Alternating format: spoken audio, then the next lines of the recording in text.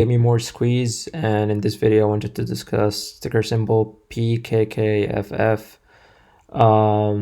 This symbol actually was brought to you by one of the comments actually in one of my videos, and I wanted to discuss it more because it's a really interesting company. I believe the comment was by Mr. Wachowski right here. I hope I'm pronouncing your name right. So thank you for bringing this to our attention. So quickly I'm gonna go on how it looks like with a Fibonacci retracement to get an idea of where the actual stock is in means of resistance and support. So the first line I'm looking at here would be the 877. I believe it was previously the resistance, as you can see here. Did end up trying to break a couple of times before eventually getting the break. I think that was, I'd say, last Wednesday, Thursday, and Friday. So it did end up getting that clean break, as you can see. So by the looks of it, it did test that 877 again and barely was nearby testing it a bit above in those 2 days and did end up being above. So that just shows me that you can consider this the initial line of support for this stock moving on. And it's really good when you find a stock that does change the resistance line, previous resistance, to make it like its new support. That's always good, and it justifies the move moving forward. So this company is actually listed on the OTC markets, and it's looking to be uplisted on the NASDAQ pretty soon. I believe that we closed on Friday 10.79, and currently the high was 11.07.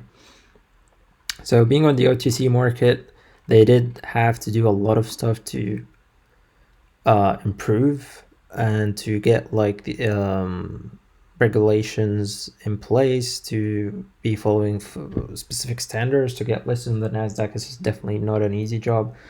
So it just shows you that the company is actually dedicated to be better, and the whole management team as well. There's pretty good news for the company, I would say. They did beat the estimates and made their actually winning quarter. So they blew the revenue estimates of $25 million and came in with 30.6 million, which was a growth of like 322% compared to last year. So quick overview of what actually Peak Fintech is.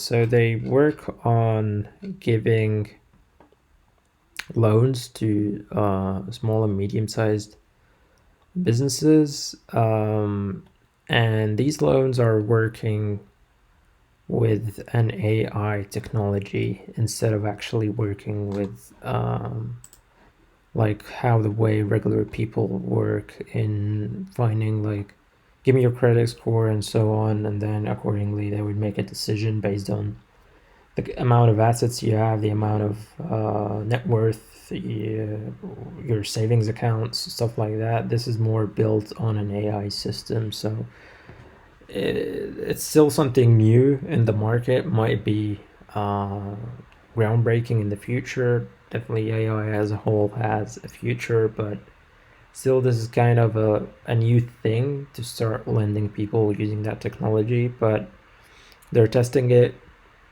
Definitely would have a part in the future, so might be a good hopeful project to look forward to. So as you can see here, lending to small and micro businesses has long been a scary proposition for banks and other lending institutions in China, but Peak Fintech Group is changing that by using AI and analytics to help any lender virtually eliminate the risks associated with lending to small and micro businesses. Through its Cubeler lending hub system, or Cubeler, Peak Fintech Group automates the process by which lenders find and qualify borrowers across several market verticals. These services allow banks and lenders to safely increase loan volumes, contributing to the efficiency of China's commercial lending industry. So it is a Chinese company, but at the end of the day, most of the operations right here are going to be from the Canada office in Montreal, I believe so. So if you get on an overview, want to look at the management and board, This is the CEO. He's been in the position from 2011.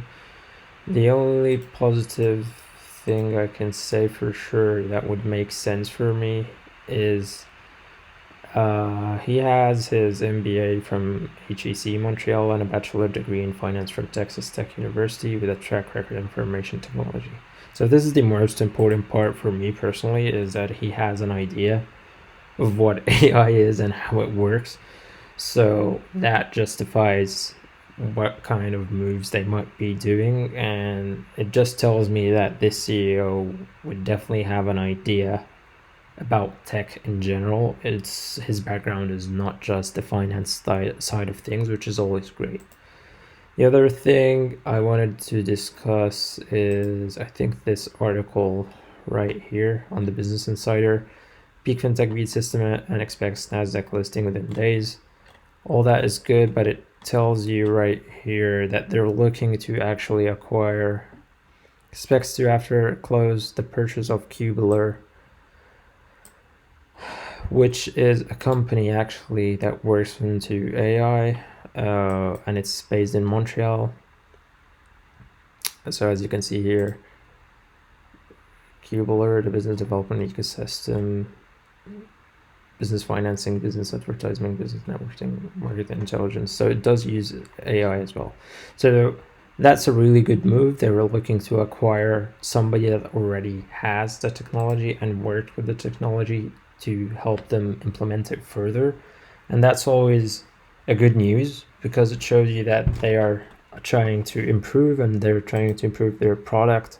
So that's on the long term, really good stuff. Looking at the company itself, right now being uplisted on the NASDAQ, it would have way more investor potential compared to the OTC markets, especially from the retail investors as well. Because I think there's only a few exchanges or brokers that actually allow you to trade OTC. One of them is TD Ameritrade, Thinkorswim, if you use the app. So being listed on the NASDAQ, a lot of other retail traders would be able to start investing into this. So what to expect usually when something gets uplisted or listed in generally is there's always be a hype right before, and that's what we see here is 3 green days on the chart. And then on the listing day, you might see that it goes up and then it starts moving a bit down. And that's just like how it is. Like I can show you ABNB when it did IPO. I know an IPO is different from an uplisting, but it just shows you the kind of psychology or mentality that's actually available in the market right now. So it goes all the way up to 164 on the listing day and then starts going down. Robinhood, I believe, had a similar issue. I believe Coinbase was IPO on this year. That just shows you the psychology, trading psychology. So as you can see, same day it goes all the way up to 429.54. It was supposed to be opening at 311, so that's like more than $100 up, and then it starts falling down, and so on. So definitely expect that if you're going to this right now, if you decide to buy it before it goes on the NASDAQ, that on the NASDAQ it might have a run initially and starts falling after for quite a while. But again, if you're playing this long term, it does look good. Definitely when there starts to be options on the stock, you will have more idea of the sentiment of what people are looking for. Definitely there's going to be new support and new resistance lines that will be built on the chart. It's a completely different game from there, but it's something to look forward to and keep it on your radar. Whether you want to invest from now and catch something like that potentially or not, it's up to you. It was one of the stocks, like I said, that somebody mentioned in the comments, and I thought it's interesting to have that discussed. And of course, if you have a similar stock or any other stock that you want to have discussed, feel free to put down in the comments. So this definitely looks more like a long-term play rather than something on the short term or you expect to have like a very fast return. Obviously, like I said, on the uplisting, it might go up, but again, you're playing a risky game here.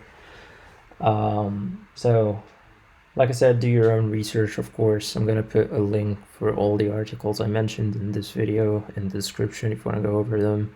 Also, do your own due diligence. If you want to share any other articles, that would be great as well in the comments. And yeah, that's it. This is not like financial advice for sure. Like, make your own due diligence before any decisions, and I hope you guys like that one.